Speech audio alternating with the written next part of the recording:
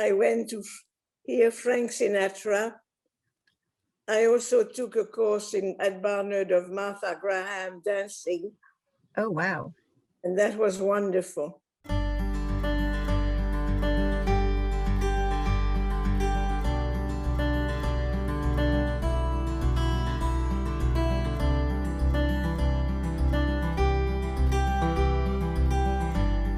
Good morning, Barnard. I'm Rona Wilk, class of 1991 and the AABC Reunion Chair, and it is my pleasure to welcome you to the inaugural edition of Morningside Memories, Alumni Tell It Like It Was, a series of interviews with alumni from the 40s and 50s to learn about their Barnard experience in the years during and directly following World War II. Today, we are speaking with Nicole Bigard from the class of 1949. Nicole grew up in France and came to New York during World War II when she was 14. She studied Spanish and philosophy at Barnard, and we could not be more pleased to have her with us today.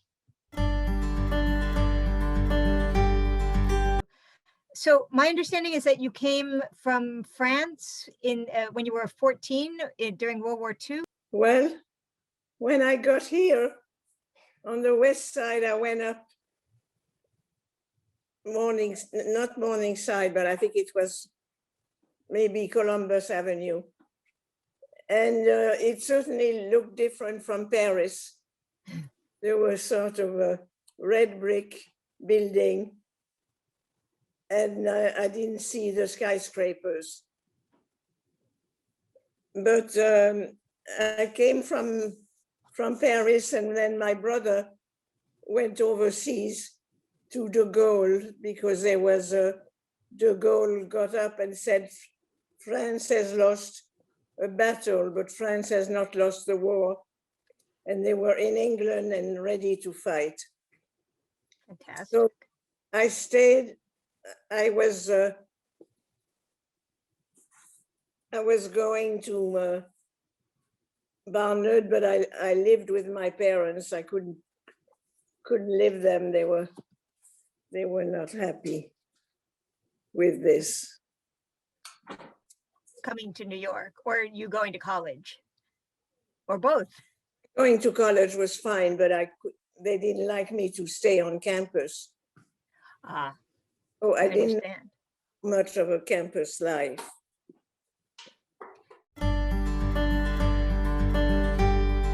So now, before you headed to Barnard, you also studied first at the Art Student League? I did, and also I went to Lincoln School, which was part of Teachers College, a progressive school that was wonderful. I enjoyed it very much. So and speak English. And I mean, today you're a recognized painter, and then you went to study art, and then you went to college. So why did you choose Barnard? And also, why did you choose to get a more traditional liberal arts education? I always wanted to learn more. And Barnard was an Ivy League college, and in New York, so that I could do the courses and go home. I didn't have to live on campus. Was it difficult to fit in as someone who had come from abroad, or were there other students who were also from other countries, or? There was another student, yes. People were very, very nice and very helpful. Your time at Barnard also covered a sort of big transition in the college from Dean Gildersleeve to Mrs. McIntosh. Do you have any memories of either one of them? I have, yes. I listened to Dean Gildersleeve. I even have a picture with her at a class reunion. She was very strict, very impressive. I enjoyed her. Very nice. So in my high school, I listened to Eleanor Roosevelt. And that, she was a great great lady. People have said that she sounded very much like Eleanor Roosevelt. Yes, she did. Let's talk academics in the college. You studied Spanish and philosophy, correct? Yes. How did you come to study those two things in particular? I wanted to learn more about American history and about psychology, but I had to take one science, and I didn't know what to take. So I took zoology, thinking it was more alive. It happened that it was such a wonderful class that it was my favorite. And we were looking at through the microscope, and I sketched what I saw. And well, not only was it interesting to see the behavior of animals, but it was very interesting to sketch beautiful view from the microscope. I enjoyed it very much. So was that one of your favorite classes? Did you have any particular favorite professors on campus? There was a French professor called Mespoulet, who was very, very funny and very entertaining. Was she also French? Did you get to bond with a countrywoman? Yes, she was. Were there any people on campus who you particularly remember or had a relationship with? I remember a French student that I spoke with, and we spoke about a special man who was interested in me. And through her, I got to meet him and marry him. Fantastic. Yes, it was fun. It was a long time. Do you mind if I ask what sort of social activities? I mean, New York was so vibrant in those years. Were you able to go out? Were you able to? I went to hear Frank Sinatra. I also took a course at Barnard of Martha Graham dancing. Oh, wow. And that was wonderful. I'll bet. He was very liberated. Did you have any expectations after college, whether you were going to go to work or get married or stay and help your parents? Or I was fascinated by art, and I started to take classes in drawing, in anatomy, and then joined a group at the Museum of Modern Art, which happened to go to Long Island, to East Hampton, and it became the D'Amico Institute. And I've been very active ever since. And painting is my love. As a painter, I mean, or someone interested in art, it must have been exciting to be in New York in the 40s and 50s with the rise of the art scene here.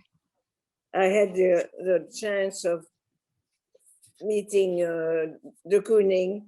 Wow. What was that like? Oh, he was so spontaneous, and he had such broad strokes, and he was so alive and fun. And then there were many artists at that time, and we would meet at 5 o'clock and share what we did, the techniques and the paintings, and it was very, very joyful and very lovely. So if you had to sort of sum up your Barnard experience, like what would you say you remember most from your years at Barnard? Listening to concerts, dancing to Martha Graham, my zoology class,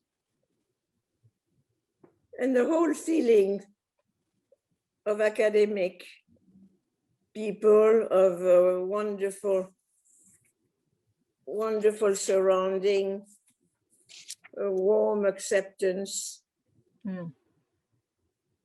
and learning to become American.